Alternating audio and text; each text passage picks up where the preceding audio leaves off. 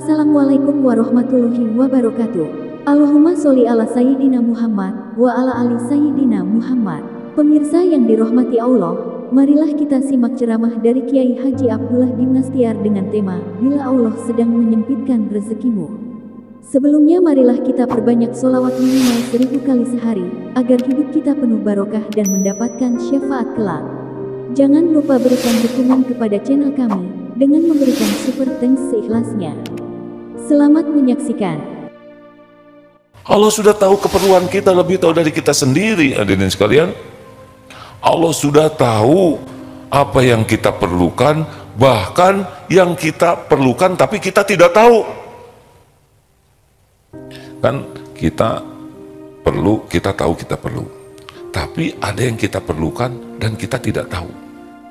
Dan Allah tahu mana yang terbaik untuk kita. Kita sedikit tahunya. Kita sering, wah ini bagus nih buat saya. Ini bisnis ini keren buat saya. Allah tahu mana yang terbaik. Makanya kita tidak usah sok tahu. Kalau mau bisnis, istiqoroh saja. Ya Rob, wahai yang membuka segala karunia, sekira ini baik, mudahkan. Kalau tidak baik, jangan. Tidak rumit sebetulnya, tinggal minta kepada Allah. Tapi kita kan keburu lihat untung, makanya suka ketipu tuh ya. Ketipu oleh investasi bodong, pasti nggak istiqoroh tuh. Kalau istiqoroh dengan ikhlas, sungguh-sungguh, ya Allah kan tahu semua penipu. Kenapa orang gampang ketipu? Ya karena ingin untung cepet. Nih kalau nitip di sini, maka setiap bulan dapat 15%. Wah, kalau menguntungkan gitu pasti bank mau sama dia, ya kan? 15%, nitip 10 juta, bulan depan dapat 1,5 juta. Aduh, girang. Padahal masih duit dia juga dipulangin. Akhirnya keluar tabungannya. Lihat nih ya bagaimana ketamakan. Akhirnya keluarkan tabungannya 100 juta. Bulan selanjutnya dapat 20 juta. Padahal yang dikasihkan tuh ya uang dia juga ya. Tapi ini gembira seakan itu untungnya. Ngasih tahu ibunya, bapaknya, teman-teman kantor, berak ke sana. Bulan selanjutnya masih dikasih, selebihnya udah kabur. Kenapa bisa begini? Ya Allah tahu dia tamak. Tidak berlindung ke Allah, tidak minta tolong ke Allah. Jadi diuji sempit. Tapi ada juga, dia orang baik, tapi kenapa tabungannya habis? Ketipu, padahal sholat, tahajud, saum. Kenapa Allah mengambil tabungannya? Kira-kira ini musibah atau nikmat? Nyebut nikmat, takut bagian kita ketipu, ya nggak? Nyebut musibah, takut dimarahin, salah. Bisa jadi disempitkan, diambil oleh Allah, itu bagian dari karunia besar. Kenapa?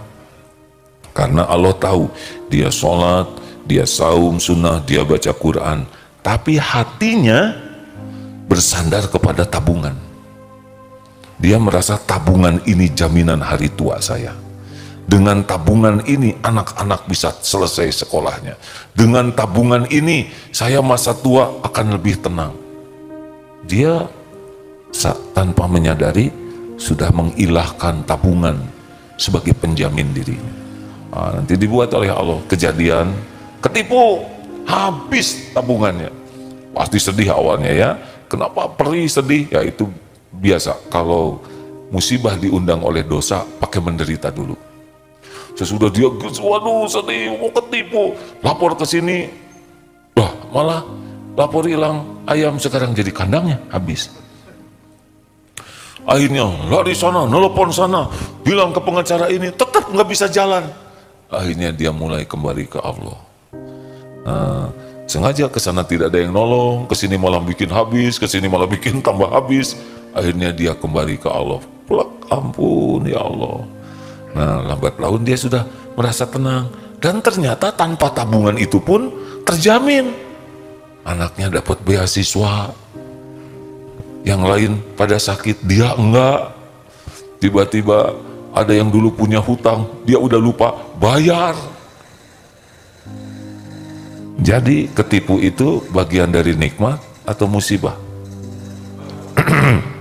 Jangan ragu-ragu, hadirin, sudah terlalu jelas ini kan. Sambil tegang, aduh, jangan-jangan sesudah ini saya ketipu. Ini nggak boleh kekanak-kanakan gitu ya. Allah Subhanahu wa Ta'ala Maha tahu dengan sempurna dan tidak ada yang tersembunyi. Jadi itu buah dari sholatnya. Jadi gimana dong? Nggak ada apa-apanya diambil dunia oleh Allah. Kalau hati jadi yakin ke Allah, Allah sempitkan dunia, tapi jadi lapang hatinya bersandar ke Allah, yang tadinya bersandar ke tabungan, bersandar ke aset, bersandar ke bisnis, bersandar ke relasi, tutup oleh Allah semuanya.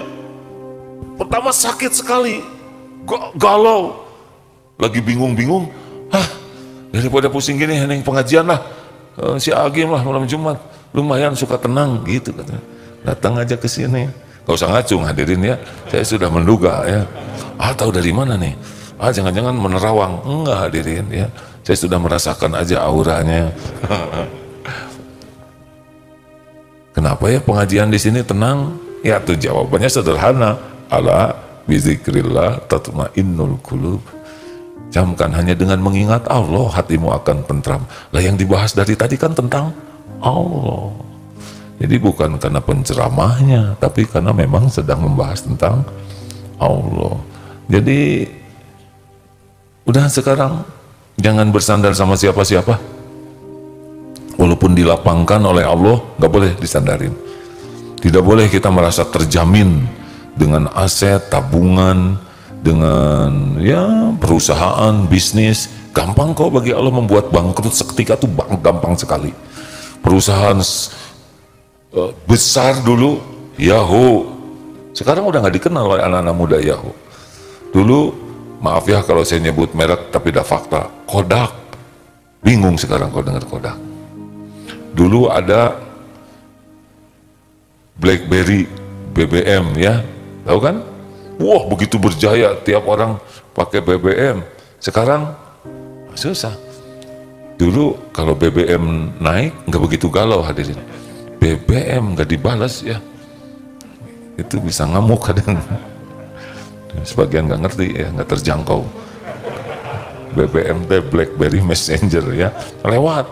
Terus Nokia berjaya, handphone sejuta umat. Les sekarang, betul tidak? Apakah yang sekarang sedang berjaya?